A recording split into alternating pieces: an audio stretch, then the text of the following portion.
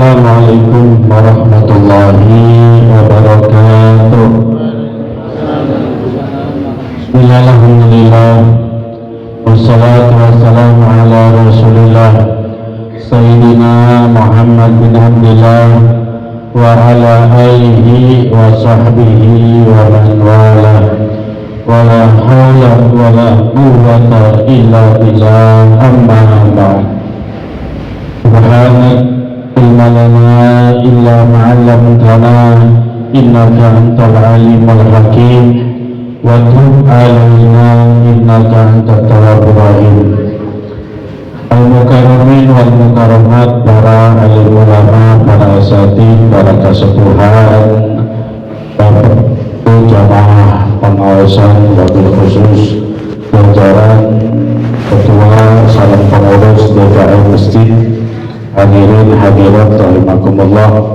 Alhamdulillah, puji syukur sama-sama kita panjatkan kehadirat Allah Subhanahu wa taala atas segala karunia nikmatnya.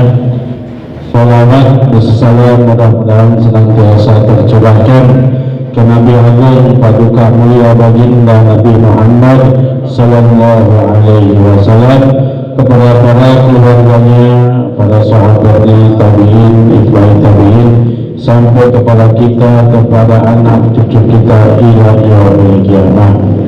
Alhamdulillah, untuk menerangkan tentang bab jenazah, ya, maka izinkan dalam hal ini saya membeberkan agak luas Bapak Ibu, karena tidak bisa asal singkat saja. Dari mulai ketentuan-ketentuan mungkin sebelum jenazah tersebut diurus dan lain sebagainya, karena kepengurusan jenazah ini fardu kifayah ini empat ini. Begitu orang meninggal nih, orang Islam, fardu kifayah itu 4 yang wajib: memandikan, mengkafani, mensolatkan, mengkuburkan. Ya, itu. Cuman sebelumnya juga ada ketentuan-ketentuan. Di antaranya kita seringkali bingung, keluarga bingung. Kita ini semua akan meninggal, betul? Di lingkungan kita juga semua akan meninggal, di rumah kita juga akan meninggal, entah kita duluan atau yang lain. Yang jelas ketika kita mau menghadapi orang yang meninggal ini bagaimana? Nah, dalam ketentuan agama kita, syariat kita, ada hal-hal yang perlu dilaksanakan. Pertama nih, adabul muhtador. Apa itu muhtador? Muhtador itu orang yang lagi sakaratul maut, udur nawales, koma, sudah kelihatan mau menghadapi meninggal ini. Meninggal kan jalannya macam-macam. Ada yang tidak ketahuan, ada yang lagi tidur tiba-tiba tidak bisa dibangunkan, ada yang sakit dan menandakan mau meninggal. Nah, ini ciri kalau orang sudah mau meninggal. Di sini dikatakan pertama, posisi tidurnya kita rubah. Kalau memungkinkan dalam arti fisiknya nih, fisiknya itu bisa dirubah, maka posisikanlah seperti posisi orang yang meninggal ketika dikubur. Kalau kita kiblatnya barat, kulon, berarti kepala di utara, kaki di selatan, kemudian miringkan ya ke arah barat. Kalau tidak bisa miring semua karena badannya sakit, ya diganjel di sebelah timurnya, ganjel bantal sedikit, yang penting miring. Walaupun misalkan hanya wajahnya saja yang menghadap ke sana, yang penting ada posisi seperti itu. Itu sunnah ya. Jadi ketika nyawa diambil, posisinya itu sudah betul-betul sunnah. sesuai yang diajarkan baginda Rasul SAW. Nabi pun seperti itu. Nabi meninggal di pangkuan Siti Aisyah, ya, posisinya seperti itu, menghadap kiblat miring. Maka kita umatnya ikuti petunjuk Nabi, ya. Jadi arahkan seperti itu. Kalau misalkan susah, entah karena posisi kamarnya tidak bersahabat, atau posisi badannya yang gemuk, atau memang ada penyakit yang tidak boleh robah karena misalkan sakit, ganjel bantalnya, ya, ganjel bantalnya, walaupun misalkan kepala di timur, kaki di barat, itu sudah baik. Yang penting dikeataskan sedikit biar dada dan wajahnya ada yang menghadap ke kiblat, ya. Kalau misalkan tidak bisa seperti itu, misalkan kepalanya di selatan atau kepalanya yang di arah barat dan tidak bisa dirubah, ya sudah, ini hanya keutamaan, jangan dipaksakan mengdarurat, apalagi menyakiti orang yang sakit, ya. Begitu meninggal baru kita rubah posisi seperti yang tadi. Begitu meninggal pun boleh. Kalau misalkan syukur-syukur sebelum meninggal lagi sakaratul maut, kalau tidak bisa ya pas sudah meninggal apa-apa. Kemudian sunnah yang kedua, ditalkin membaca kalimah thayyibah, membaca syahadat, ya. Dan disunahkan dalam mentalkin ini jangan memaksakan, harus lembut, jangan sampai ada kata-kata kul sekarang nama macam la ilaha illallah, ayo ngomong ulah karunya, ya, la ilaha illallah, terus dimapatan. Ketika yang meninggal, yang sakit itu sudah la ilaha illallah, sudah selesai, jangan ditalkin lagi. Kalau dia sudah mengucapkan dengan betul, dengan fasih, maka sudah jangan ditalkin lagi, biarkan itu kalimat terakhir yang diucapkan. Kalau sudah mengucapkan la ilaha illallah misalkan dan berhenti, ini berhenti, sudah jangan ditalkin lagi, daripada kita mentalkin tambah memberatkan. Tapi kalau mengikuti la ilaha illallah, ya terus kita ikuti la ilaha illallah, la ilaha, sedikit la ilaha illallah itu, ya. Intinya jangan memaksakan dan harus secara halus, pelan. Kemudian yang ikut hadir sunnahnya baca, nah sini yang hadir ini disunahkan membaca surat Yasin dan surat Ar-Ra'd. Ingat-ingat ya, Ar-Ra'd bisa dicari, Ar-Ra'd. Kalau surat Yasin karena alasannya Yasin qalbul Quran, Yasin itu artinya Al-Quran, arti itu tengah, pokok, jantungnya. Kemudian ulama juga mengambil hikmahnya, ya, kenapa membaca Yasin padahal belum meninggal. Kalau sudah meninggal baca Yasin memang ada hadisnya, iqra'u Yasin ala mautakum. Baginda Rasul SAW menyuruh kita kalau untuk baca tahlil atau mengirim bacaan Quran diutamakan Yasin karena ada hadisnya, ya. Tapi kalau mau meninggal, hikmahnya membaca Yasin orang-orang sekitarnya itu karena di dalam Yasin itu ada keterangan tentang surga dan nikmatnya, ada keterangan tentang neraka dan siksanya, ada keterangan tentang hari kiamat, bagaimana kejadian kiamat itu dan orang-orang pada hari kiamat itu ada dalam surat Yasin. Jadi kalau orang yang ngerti Al-Quran, ya, yang tadinya tidak takut jadi takut, jadi tambah dekat kepada Gusti Allah beberapa menit sebelum meninggal. Tapi orang yang tidak ngerti bahasa Arab, tidak ngerti isinya Al-Quran, tetap tabarukan dengan bacaan-bacaan Yasin yang di dalamnya ada banyak keterangan tentang hari kiamat, surga neraka, itu pun ngalah berkahnya. Juga dalam hadis surat Yasin 5 quri'atlah, kita baca Yasin ini sesuai tujuan kita. Tujuan kita baca Yasin, kata Nabi nih, kita baca Yasin ini sesuai niat tujuan hajat kita. Hajat kita biar dimudahkan urusan baca Yasin, insya Allah dikabul. Ya, maka dengan baca Yasin mudah-mudahan ini keluarga kita atau siapa yang sedang nazah, sedang sakaratul maut, dimudahkan, diberikan husnul khotimah dan sebagainya melalui niat baca Yasin.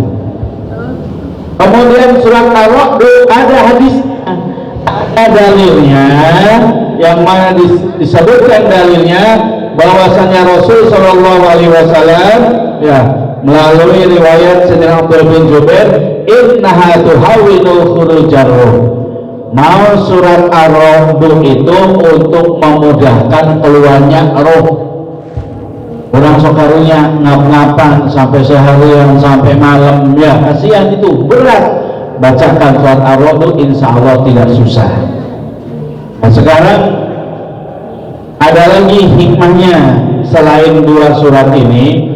Jika punya keluarga, apalagi orang tua yang sudah misalkan repot, susah, ini sama Ar-Ra'd di sini menerangkan ketika sakaratul maut. Ini sebelum sakaratul maut, la yahya wa la yamut, tidak hidup tidak mati, bingung orang. Kalau selama masih sakit ya harus kita urusi keluarganya, apalagi anaknya harus.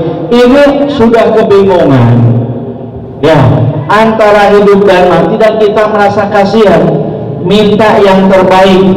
Ini manjur Bapak Ibu, dibacakan surat Al-Hasyr. Al-Hasyr ya, ada pendek juz berapa itu Al-Hasyr, itu nanti Allah akan berikan yang terbaik. Kalau waktunya sembuh, insya Allah diberi harapan sehat. Kalau waktunya meninggal, insya Allah dimudahkan. Nah, kadang-kadang ada, oh bahulana ngelmu hitam, bahulana pasang susu, hesek dikeluarkan, hesek maaflah, pakai Al-Hasyr ya, insya Allah tidak akan ada hambatan kalau memang sudah waktunya meninggal ya. Terus apakah benar hal seperti itu susah matinya? Ya sebenarnya tidak juga ya. Kalau sudah waktunya meninggal itu, kalau sudah waktunya meninggal ya sudah, Allah akan mudahkan. Cuman ada banyak keterangan hadis, orang itu meninggal, sebelum meninggal itu Bapak Ibu diperlihatkan tempat ketika dia setelah meninggal. Ketika dia calon ahli surga, maka akan diberikan gambaran tempatnya. Makanya banyak orang yang meninggal senyum dan keadaan gembira itu melihat tempatnya di surga. Ada juga yang digambarkan siksaan-siksaan karena kemaksiatannya. Akhirnya ya ketika sakaratul maut jika kasihan itu sedang melihat gambaran dia nanti di akhirat. Mudah-mudahan kita semua husnul khotimah, amin. Kemudian lagi kita harus berhusnudzon yang tinggal. Yang hidup nih, walaupun dulu masa lalu yang pernah ini pernah itu pernah maksiat, tapi Allah Maha Mengampun, Allah Sang Pemberi rahmat kasih sayang. Jangan sampai ketika orang ini sakaratul maut kemudian kesusahan kita bilang, wah gara-gara sakaratul maut bahwa jangan. Kita kasih harapan yang besar. Allah sangat pengampun, Allah insya Allah mengampuni dosamu, memberikan kasih sayang. Atau sekarang istighfar, sekarang tobat, itu kasih harapan. Dan kita husnudzon kepada mayit agar si mayit pun husnudzon kepada Allah. agar mendapatkan ampunan. Tuh. Kemudian meninggal. Nah, begitu meninggal, apa yang harus kita lakukan? Tadi sebelum meninggal ada 4 poin, ya. 4 poin posisi tidurnya, saya ulangi. Posisi tidurnya di perbaiki seperti posisi ketika mayat dikubur, atau kepala di timur diangkat sedikit ke barat.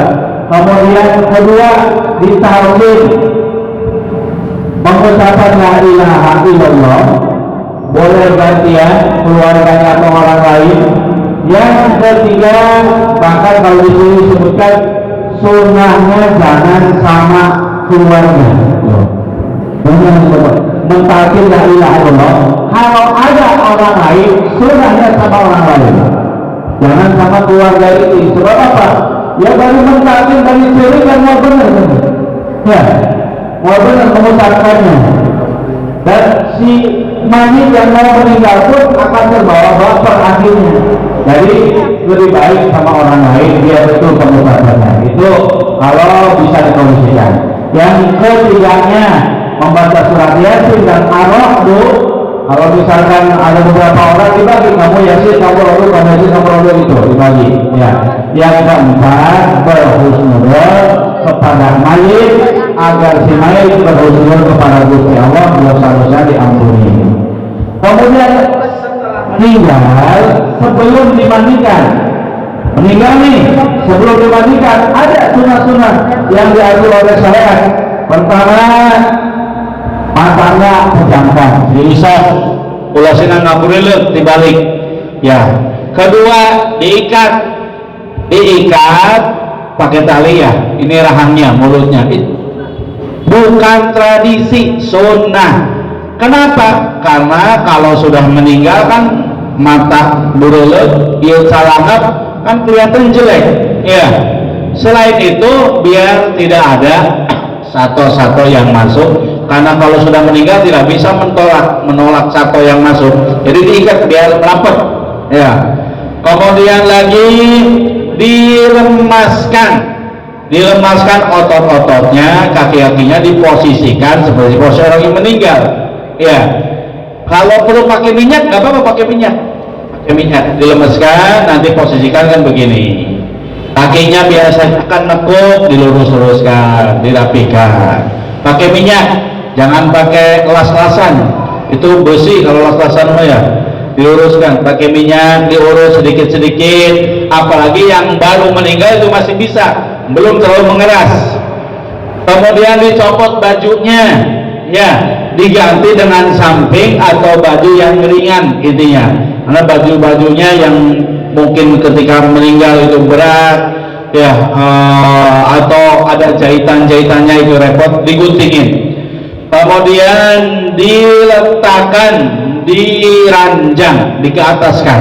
Kenapa? Untuk menghormati mayit, untuk menjaga juga supaya tidak dimasukin semut. Ya, karena orang sudah meninggal ini, atau hewan yang lain. Jadi dinaikkan ke atas, disiapkan dan untuk memuliakan. Walaqad karramna bani Adam. Allah berfirman, aku memuliakan anak Adam. Sampai meninggalnya pun dimuliakan. Mayit manusia itu tidak najis.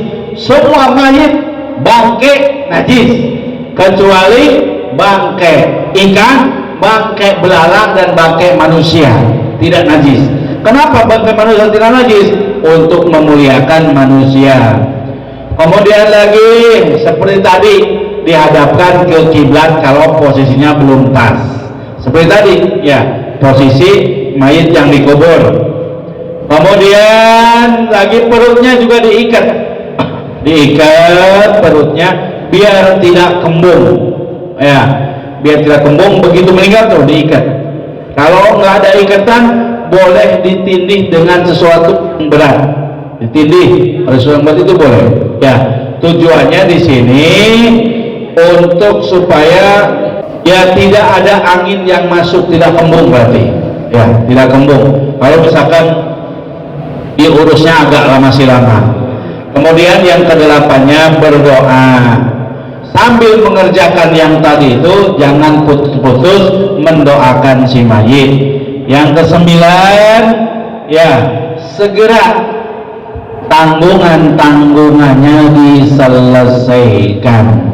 Kalau yang terjangkau, nih yang terjangkau, pengurusan rumah sakit, pengobatan sebagainya, segala lunasi, ada utang ini itu, kalau misalkan belum sanggup bayar ya sasadu, khususnya lagi ya permohonan maaf, berarti maafkan orang tua kami apabila salah dan sebagainya, itu hak-hak adami dan sebagainya itu disegerakan. Kemudian lagi menjalankan wasiat, kalau memang bisa sebelum dimandikan wasiatnya jalankan ya. Kalau memang tidak bisa, misalkan harus persiapan ini itu, ya tidak apa-apa nanti setelah selesai pengurusan mayit. Nah, wasiat ini banyak yang masalah wasiat juga luas Bapak Ibu. Wasiat ini luar biasa ya. Sampai kemarin ada masih saudara simkuring tetangga, kadang-kadang orang yang sakit ini termasuk kita nih, orang yang sakit karena yang diurus, yang mengurusnya ini misalkan anak bungsu yang ngurus sana segala macam, anak ke satu, kedua, ketiga jauh beda rumah atau di luar kota, akhirnya yang ngurusin ini anak bungsu, namanya diurusin sama anak. Kadang-kadang kita sering tersanjung, resep, reus, sampai ngomong begini orang tua, nak sudah rumah ini buat kamu sajalah karena kamu yang ngurusin. Akhirnya begitu meninggal, kita kan senang punya rumah besar peninggalan orang tuanya, tapi kakak-kakaknya tidak terima, harus dibagi. Nah ini kan bagaimana ini hukumnya? Apakah ini wasiat harus dilanjutkan atau bagaimana dan sebagainya? Sudah yang menghubungi Al-Fakir puluhan kasus kayak gini. Kemarin juga begitu, adiknya nganter-nganter ke sana sini, yang tetangga saya itu yang saya ceritakan, nganter-nganter pakai mobil segala macam, dari mulai sakit sudah puluhan tahun sakit ke dokter kemana diantar, bagian nyetir adiknya ngomong dianya tuh, nanti kalau saya meninggal cuman ceplosan saya, mungkin karena sering diantar puluhan tahun, kalau sudah meninggal ini mobil pakai saya sama kamu, sudah rawat, nggak boleh dijual ya, karena kamu yang ngantar-ngantar saya berobat. Ini kan sudah seneng, artinya sudah GR lah. Tapi begitu meninggal, yang lain nuntut mobilnya jual, bagikan uangnya. Nah ini bagaimana? Itu masih ada nanti babnya wasiat ya. Panjang deh lah mau dibahas, nanti perlu 1 tahun itu bab wasiat dan sebagainya. Ini bab ini saja. Kemudian setelah itu segera mengurus mayit yang 4 itu, yaitu memandikan. Nah hukum memandikan mayit wajib untuk orang Islam selain yang mati syahid dan selain bayi yang keguguran. Nah, bayi yang keguguran ini panjang juga, usianya berapa, kemudian matinya di dalam perut atau di luar bagaimana, ini juga panjang ya bahasannya. Intinya yang masalah mandikan dulu nih sebelum kita masuk ke masalah memandikan mayit. Mandikan mayit wajib untuk setiap mayit yang Islam selain yang mati syahid dan yang keguguran, bayi yang meninggal keguguran. Nah mati syahid ini juga ada beberapa macam, saya jabarkan sedikit ya. Masalah mati syahid ini, mati syahid itu ada 3, syahid dunia akhirat, syahid dunia saja, syahid akhirat saja. Syahid dunia akhirat ini yang wajib yang tidak boleh dimandikan dan tidak boleh disolati, hanya dikafani, dikuburkan. Apa itu orang mati syahid dunia, syahid akhirat? dia berjuang menegakkan kalimatillah, menegakkan kalimatnya Allah, menegakkan agamanya Allah, berperang, mati di medan perang atau terluka kemudian dibawa ke rumah dirawat meninggal, namanya syahid dunia, syahid akhirat. Dia niatnya karena Gusti Allah, niatnya untuk mencapai ridho Allah. Di dunianya disaksikan oleh orang-orang meninggal syahid karena berperang, di akhirat dihitung oleh Gusti Allah juga syahid karena niatnya benar karena Gusti Allah. Itu diurus, langsung dikafani, dikuburkan, tidak boleh dibandingkan, tidak usah disolati. Yang kedua, syahid dunia saja. Ada perang nih, maksud perang itu Islam lawan kafir harbi, bukan kampung sini sama kampung sana, enggak, syahid itu, sangit itu, ya. Ini menegakkan agama Allah ini zaman dulu, ya. Ada perang melawan orang kafir, dia niatnya supaya dipuji oleh orang lain, supaya pengen diagungkan, disebut hebat, atau kalau dia punya calon istri supaya calon istri dan mertuanya menganggap hebat misalkan. Jadi karena manusia lah, bukan karena Allah. Berangkat perang, mati di medan perang, menurut orang-orang dunia sekitarnya dia syahid di medan perang, tapi di dunia saja karena niatnya salah, di akhirat kesahidannya tidak diterima oleh Allah. Tapi orang karena sama meninggal di medan perang, maka langsung diambil, dikafani, dikuburkan, tidak usah disolati, tidak usah dimandikan, tidak usah dimandikan, tidak usah disolati.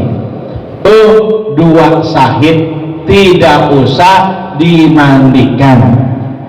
Kenapa tidak usah dimandikan? Kalau dimandikan, saksi-saksi syahidnya darahnya akan bersih, justru darah tersebut akan menjadi saksi kesahidannya. Kenapa tidak usah disolati? Orang kita disolati ini itu supaya diampuni dosa. Orang syahid itu sudah diampuni, jadi nggak usah disolati. Itu. Yang terakhir, syahid akhirat. Nah, syahid akhirat ini paling banyak umat Nabi akhir zaman. Apa itu? Ibu-ibu mengandung, idam sampai repot, gak mau makan, meninggal syahid. Kemudian melahirkan misalkan sampai pendarahan, meninggal syahid. Orang yang meninggalnya hari Jumat syahid. Orang yang meninggalnya syaratnya Islam ya, syaratnya Islam, bukan gantung diri hari Jumat ya, syaratnya Islam dan meninggalnya dalam keadaan baik. Ada orang mubara, musafir, mencari nafkah, meninggal syahid. Ada orang kebakaran, meninggal syahid. Ada orang didolimi, ditusuk atau ditembak, Islam, meninggal syahid. Ada orang kebanjiran, meninggal syahid. Ada orang kerobohan, meninggal syahid. Ya, termasuk yang kena wabah penyakit nih, nggak tahu kalau orang termasuk taun atau bukan. Artinya kalau zaman dulu ini sampai sehari ini sampai puluhan ribu meninggal, tanpa lagi ada sakit dan sebagainya, namanya taun, itu juga dihitung sakit. Orang sakit perut mulus, meninggal syahid. Orang nahan hawa nafsunya nih, nahan hawa nafsu, nah auzubillah, misalkan pengen zina karena sudah biasa zina, pengen zina dikerokotin, kelompok syahid. Orang sedang mencari ilmu ya sekarang nih, kalau ada yang meninggal di antara kita, syahid dijamin. Syahidnya syahid akhirat, meninggalnya biasa dimandikan, dikafani, disolati, dikuburkan. Meninggalnya biasa, tapi di alam kubur enggak ditanya lagi oleh malaikat. Di akhirat dikumpulkan dengan golongan orang-orang yang syahid. Ya, itu penjelasan tentang orang yang mati syahid. Kalau mau 8:30 ini, barangkali pertanyaan terlalu banyak ya. Sudah dulu. Jangan ya? Hah? Teruskan apa cukup? Kalau sedikit lagi ini sudah masuk ke bab pemandiannya ini. Oh, hampir kalau kemarin.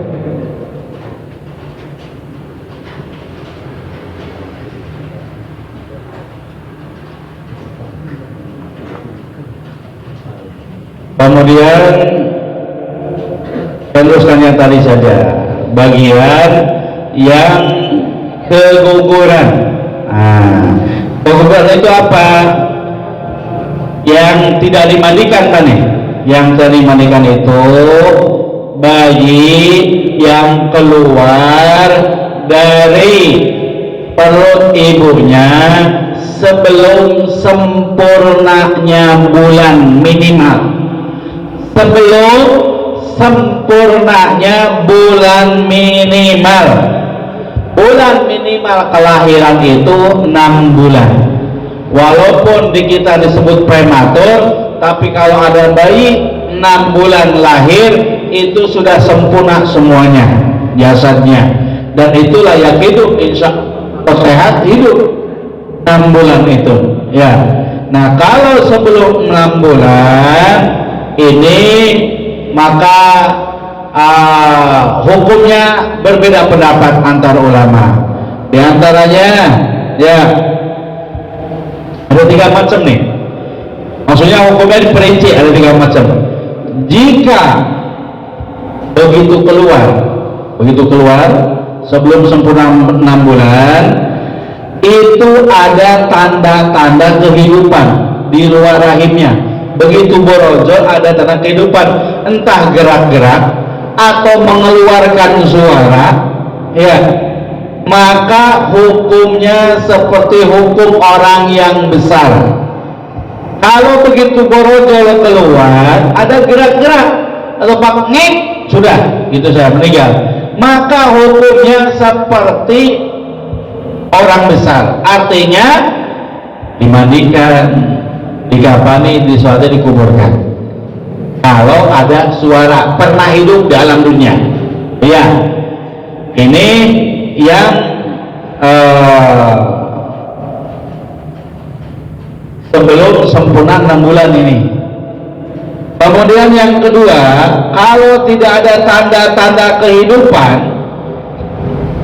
ya, tapi ada tanda-tanda manusia, kepalanya sudah jelas, tangannya sudah jelas, bukan hanya gumpalan daging atau hanya daging panjang, tapi sudah jelas saja bentuknya, maka hukumnya dimandikan, dikafani, tidak usah disolatkan ya, dan dikuburkan. Bahkan dikuburkan pun ini masalah perkhilafan ulama, tapi yang utama dikuburkan ya. Kalau misalkan yang ketiga ini tidak ada tanda-tanda kehidupan dan tidak ada tanda-tanda adami manusia, belum berbentuk kepala, nggak ada tangan dan kaki, masih berbentuk daging ya, maka hukumnya tidak wajib apa-apa. Dikuburkan pun hanya untuk menghormati saja sunnah, tidak usah mandi, tidak usah dicuci, tidak usah dikafani, tidak usah disolati apalagi ya. Dikuburkan untuk supaya menghormati saja. Kalau masih gumpalan daging itu ya, jelas ya. Nah, sekarang kita mau memasuki ke memandikan, cuman ya itu sudah 8:30. Barangkali ada pertanyaan ya silahkan, tapi sebelum ada pertanyaan saya menjawab pertanyaan yang bulan kemarin atau pertemuan terakhir ya, masalah mertua tiri ya. Kita buka Al-Qur'annya surat An-Nisa ayat 23, itu satu ayat itu tentang mahram semua, dan mertua tiri tidak ada di situ. hanya mertua tiri bukan mahram, ya wudunya batal. Seperti begini contohnya saya aja ya, saya punya istri 4, contoh makanya contoh saja saya biar gampang. Kalau ke bapaknya ibu kan ibunya nggak terima, kalau contoh bapak di sini nanti pada pengen, ya sudah saya aja yang sudah jelas pengen. Anak saya dari istri pertama ini tidak mahram ke istri kedua, ketiga, keempat, tidak. Mertua bukan anak, mertua maaf, kalau anak mahram. Menantu saya, ya menantu saya tidak mahram, menantu yang saya nikahkan dengan anak saya dari istri pertama. Sekali lagi nih, menantu saya yang saya nikahkan dengan anak dari istri pertama tidak mahram ke istri kedua, ketiga, keempat. Itu kan sama seperti contoh yang kemarin. Misalkan saya punya menantu, kemudian dan istri saya nih punya anak, nikah sama seorang menantu, kemudian misalkan saya meninggal, istri saya nikah lagi, atau istri saya meninggal, saya nikah lagi, ini menantu tidak mahram kepada mertua tiri, tidak mahram. Kalau tidak mahram wudunya batal dan tidak boleh berduaan, haram, tidak boleh. Jelas ya? Itu jawaban dari bapak yang sebelah sana dan ibu sebelah sini. Ada lagi pertanyaan masalah ini? Masalah tadi yang sebelum meninggal, setelah meninggal, dan lain sebagainya. Dahulukan mana antara wasiat dan membayar hutang? Kalau kita melihat Al-Quran surat An-Nisa, bab waris ini kata Allah, min ba'di wasiyatin yusa biha awdain. Ini Gusti Allah yang memerintahkan warisan itu dibagi min ba'di wasiyati yusa biha awdain. Wasiat didahulukan, kemudian yang nomor 2 hutang. Ya, maksudnya apa? Ini Allah agar memerintahkan, walaupun hukumnya sunnah, kepada orang yang hidup. Bapak ibu kita yang hidup, jangan lupa menulis wasiat untuk orang yang akan kita tinggalkan, lebih-lebih wasiat yang berkaitan dengan kewajiban-kewajiban kita, hak-hak adami. Bapak ibu punya hutang ke si fulan, punya amanat ke si fulan, itu harus ditulis dari sekarang ketika kita masih hidup, ya, karena sudah meninggalkan gak mungkin nulis wasiat. Makanya Allah dulukan bahasa wasiat dalam Al-Quran. Kemudian audainin yang kedua. Tapi pada prakteknya yang diutamakan itu, ya, sebelum berbagi wasiat, hutang-hutang si almarhum, hutang mayit selesaikan. Setelah hutang wasiatnya apa, selesaikan. Itu sudah. Ada pertanyaan?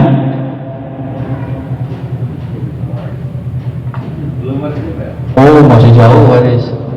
Nah, itu tadi bagaimana yang tadi ketika si sakit bilang, nanti kalau saya meninggal rumah ini buat kamu saja, kamu sering antar-antar saya, kalau saya meninggal mobil ini buat kamu saja, kalau saya meninggal.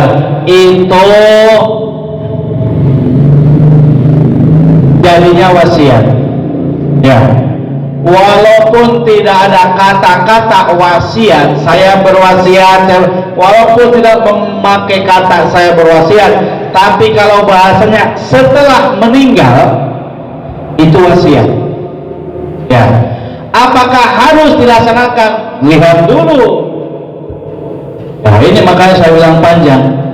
Pertama, kalau wasiatnya ke ahli waris, dan melebihi 1/3, ya 1/3 melebihi ini, maka harus izin ahli waris yang lain. Harus izin. Kalau kata ahli waris yang lain boleh, silahkan. Kalau kata ahli waris yang lain tidak boleh, ya nggak bisa. Ingat, ya, jadi harta semuanya jumlahkan dulu. Minimal ini, ya bukan minimal, berarti dihitung nilainya berapa. Aset semua itu. Rumah ini 200 juta, sawah semua, ya.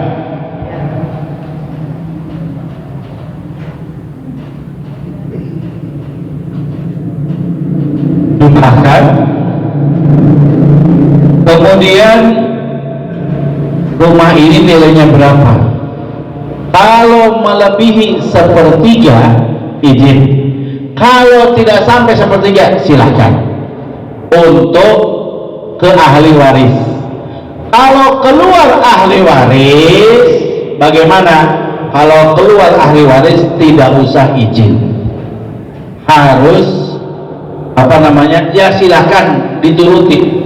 Walaupun misalkan nih si mayit bilang, nanti karena anak-anak saya ini nggak ada yang ngurusin saya, ini cuman kamu, tetangga saya meninggal, semua kekayaan saya buat kamu. Nah, ini bagaimana? Ya sudah, kasihkan wasiat, tapi hukumnya sunnah. Adapun nanti dimusyawarahkan lagi sama ahli waris, tergantung kebijakan ahli waris. Yang wajib dilaksanakan apa wasiat? Yang wajib dilaksanakan itu yang berhubungan dengan hak-hak adami, kewajiban dia. Utang piutang wajib, nazar atau ya nazar wajib dilaksanakan. Saya bernazar tolong kalau saya meninggal ini, wajib. Kemudian kalau saya bernazar mau korban, wajib. Saya bernazar mau wakafkan ini ke masjid, wajib. Pokoknya kalau untuk hak-hak kewajiban dia harus dilaksanakan. Kalau bukan kewajiban, sunnah dilaksanakan. Tapi kalau tidak dilaksanakan, sekali lagi, kalau tidak dilaksanakan, ya keterlaluan. Wah, sunnah kok sunnah, ya keterlaluan. Orang tua dan keinginannya kok tidak dilaksanakan. Pembelajaran kehidupan disusahkan baik kurang. Ada keinginan, ya laksanakan. Hikmahnya apa? Wasiat itu hikmahnya untuk menambah pahala buat si mayit, itu saja. Kenapa ada wasiat disyariatkan? Untuk menambah pahala buat si mayit. Mayit wasiat sodako ke si fulan, malah wasiat sodako ke fakir miskin, sodako ke masjid, biar dia meninggal ada pahala. Itu daripada hikmahnya wasiat, makanya harus dilaksanakan walaupun hukumnya yang tidak berkaitan, ya tetap sunnah. Wallahu a'lam. Nah, kalau nggak ada pertanyaan sudah ditutup ya, cukup.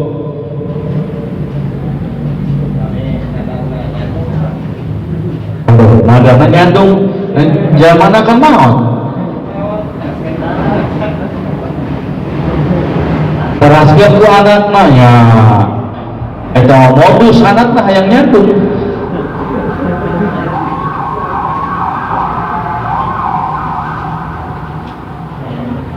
Tidak ada Bapak Ibu? Ya satu enggak. Assalamualaikum warahmatullahi wabarakatuh. Tadi perkawis anu meninggal bayi karena pinu alit keneh, kadang-kadang orang tua ayah anu sok ieu kumaha ieu ngadoakeun dari batas berapa umur, bulan atau mungkin berapa hari, kirim doa semacam tahlilan. Itu kadang-kadang supaya naroskeun Pak Haji, Pak Kiai. Mohon penjelasan. Assalamualaikum warahmatullahi wabarakatuh. Waalaikumsalam warahmatullahi wabarakatuh. Untuk masalah mendoakan yang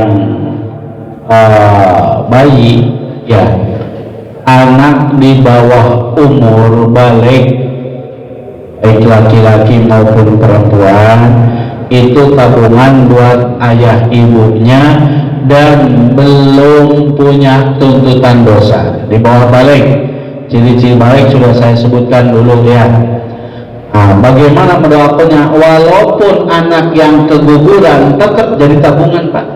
Ya, doakan Allahumma fillah warhamhu, ya Allah ampuni, bukan, tapi ya Allah ada doanya, Allah majal faratan walidayhi, ya Allah jadikanlah ini ada tabungan kebaikan buat kedua orang tuanya yang akan menjadi wildanun, anak-anak di surga yang akan melayani daripada kedua orang tuanya, dan jadikan dosa kedua orang tuanya, jadi karena kesabaran orang tuanya berbagai pahala untuk kedua orang, itu saja. Jadi doanya lain.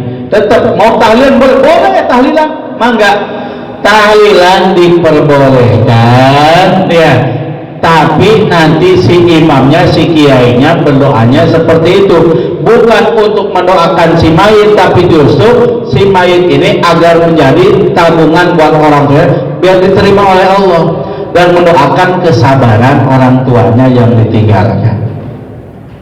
Bagaimana? Nggak jelas. Jadi jangan dihalang-halang. Tahlilan itu ya menurut kita akidah Ahlussunnah wal Jamaah baik, karena isinya semua baik gitu. Bacaan dzikir tidak ada salahnya. Ada 4 pertanyaan dan yang nomor 3 banyak ini. Apa hukum azan di kuburan? Adanya untuk apa? Kalau adanya untuk si mayit, yaitu disunahkan. Ya, disunahkan. Mayit meninggal, kemudian turun diadani, diqomati. Makanya kata ulama, ya, kita ini hidup di antara 2 adat, lahir diadani, diqomat.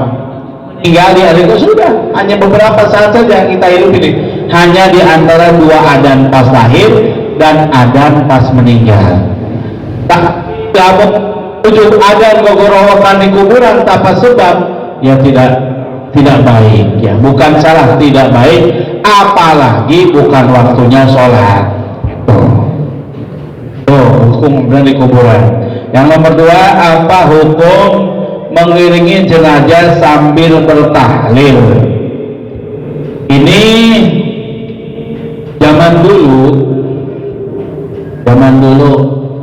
ada dalam sebuah keterangan kitab, orang meninggal itu ada tetangganya, ada keluarga meninggal, pada nangis, Pak. Nangis itu bukan karena sedih ditinggalkan, tapi mengingat dirinya sendiri, bagaimana nasib saya. Dia dipanggil, saya pun akan dipanggil.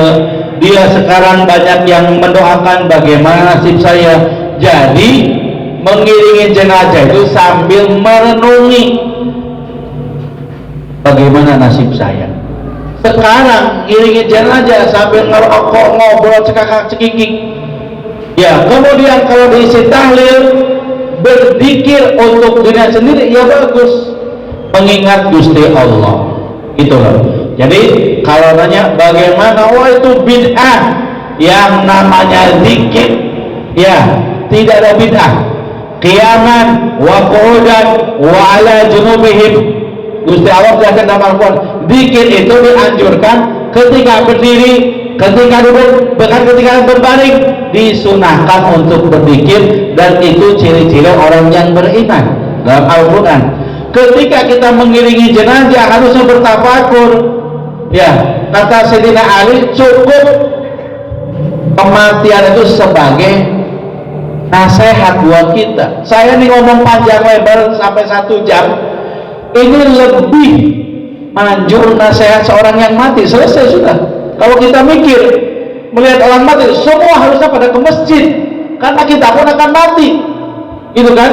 Apalagi yang penting mendadak, kita ini bisa mati Semua Bapak Ibu, jangan sampai main orang yang mati mengira kita masih panjang umur. Tidak, itu cukup nasihat buat kita daripada nasihat TV tiap pagi, misalkan tausiah tiap minggu kita dengar rutinan. Meninggal cukup nasihat buat kita. Nah, seharusnya kita renungi, kita mengiringi jenazah sambil ngobrol dunia, sambil ngobrol bisnis, ngobrol duit, ngobrolkan hutang piutang, kan enggak, seolah-olah di dunia masih kekal. Akhirnya ayo bareng-bareng dikir saja. Jadi dikir itu tidak bid'ah, tidak disalahkan ketika mengiringi jenazah ataupun ketika dalam keadaan apapun, apalagi ketika kita menerima nasihat sebaik-baiknya nasihat, yaitu kematian. Nah, kita harus ingat kepada Allah, la ilaha illallah, la ilaha illallah, tidak Tuhan selalu, tidak selalu, kan gitu. Kita mengingat Gusti Allah. Nah, apakah dilakukan misalkan di zaman Nabi? Nah, yaitu zaman dulu itu yang meninggal itu dikirnya masing-masing dari disuarakan dan merenung. Tuh, merenung utamanya. Kalau sekarang biar yang diam ikut dikir, yang ngobrol ikut dikir, kita dikir dikeraskan. Itu aja tujuannya. Jangan dipersulit, jangan dipermasalahkan yang terlalu nemen. Padahal dikir itu di setiap waktu sunnah.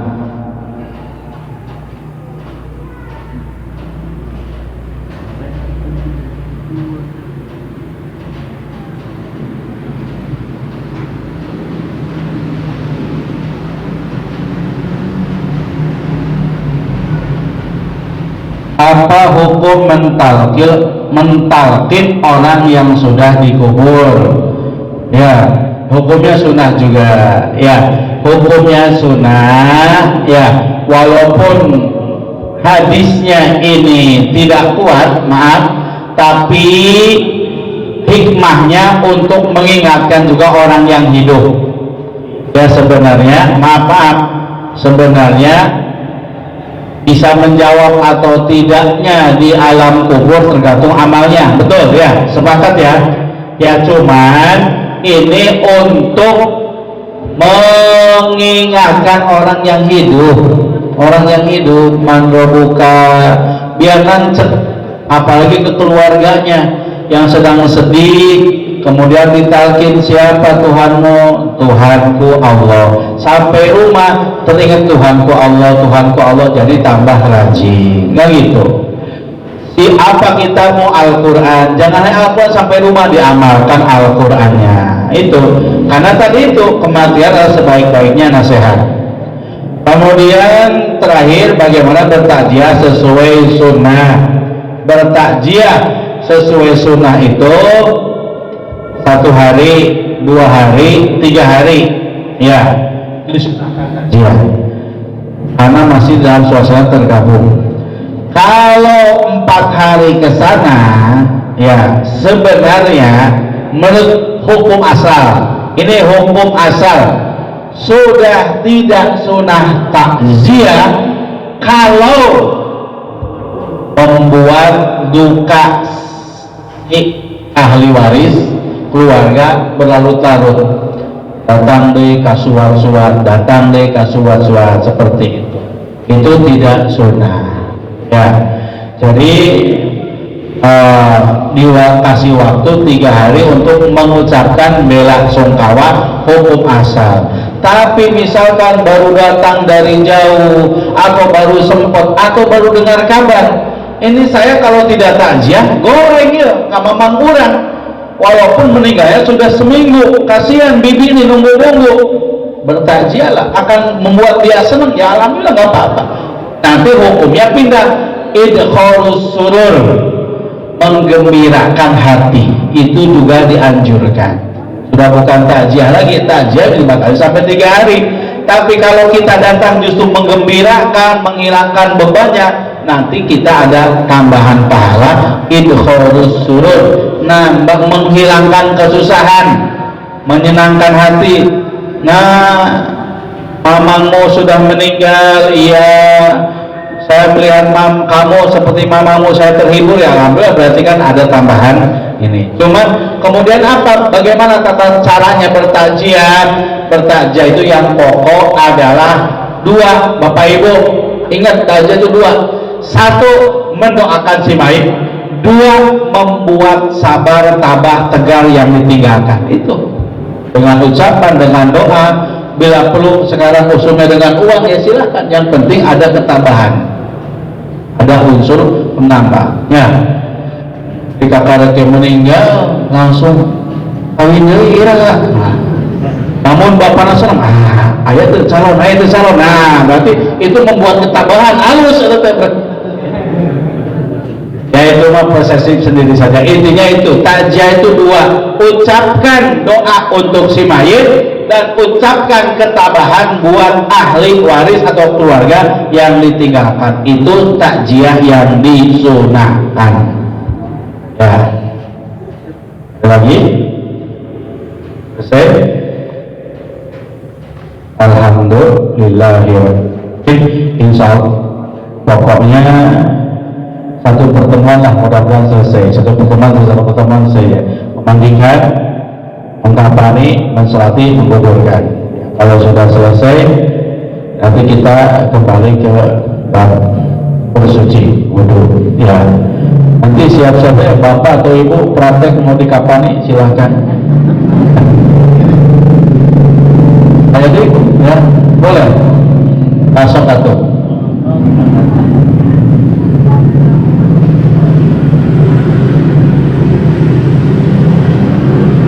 wasiat itu ya disunahkan untuk orang yang hidup yang sehat.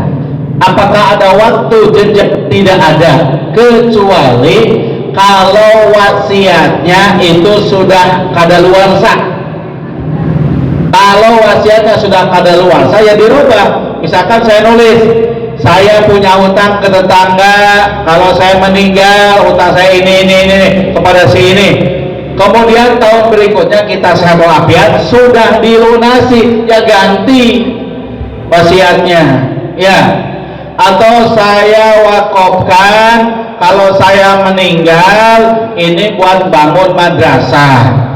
Ternyata tahun depan tanah sudah dijual, sudah kena gusur, jalan tol, ya bagaimana?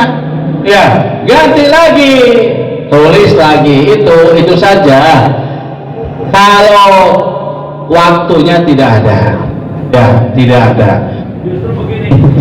Kata Sayyidina Utsman bin Affan, beliau, nengok orang sakit itu sunnah, yang wajib itu mengingatkan wasiatnya. Dulu kita nggak takut kesinggung ya kalau kita orang Sunda, nengok orang sakit, Pak sudah wasiat belum? Kesinggung, ngecek itu mau, itu justru yang wajib itu.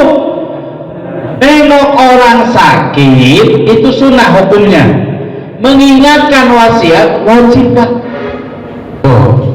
Tapi karena kita tradisi di kita dan banyak yang orang nggak tahu, karena nggak tahu ilmunya, padahal nulis wasiat itu penting, saking pentingnya Sayyidina Utsman mewajibkan yang pokok dari nengok orang sakit itu mengingatkan untuk berwasiat itu. Ya cuma nu gering tambah gering kena di urang mah di Sunda maksudnya. Jadi intinya yang keluarga mengingatkan atau kita sendiri. Bahkan sebagian sunnah tidur nih, kita kalau tidur sunnah tidur meletakkan wasiat di bawah bantal kita, itu sunnah tidur. Kesunahan tidur kan baca Bismillah 21 kali, Bismillahirrahmanirrahim, Bismillahirrahmanirrahim. Sunnah wudhu, sunnah tidurnya posisi lambung kita ini miring ke kanan, itu sunnah. Karena posisi jantung kita akan istirahat.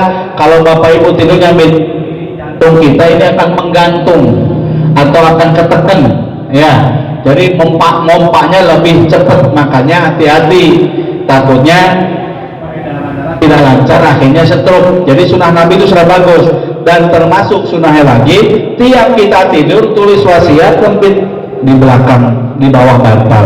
itu sunnah. Tapi apa kita lakukan? Tahu tak? Mau wasiat ngeri ya, kayak mau meninggal. Nah itu wallahu alam, itu sunnah. Dan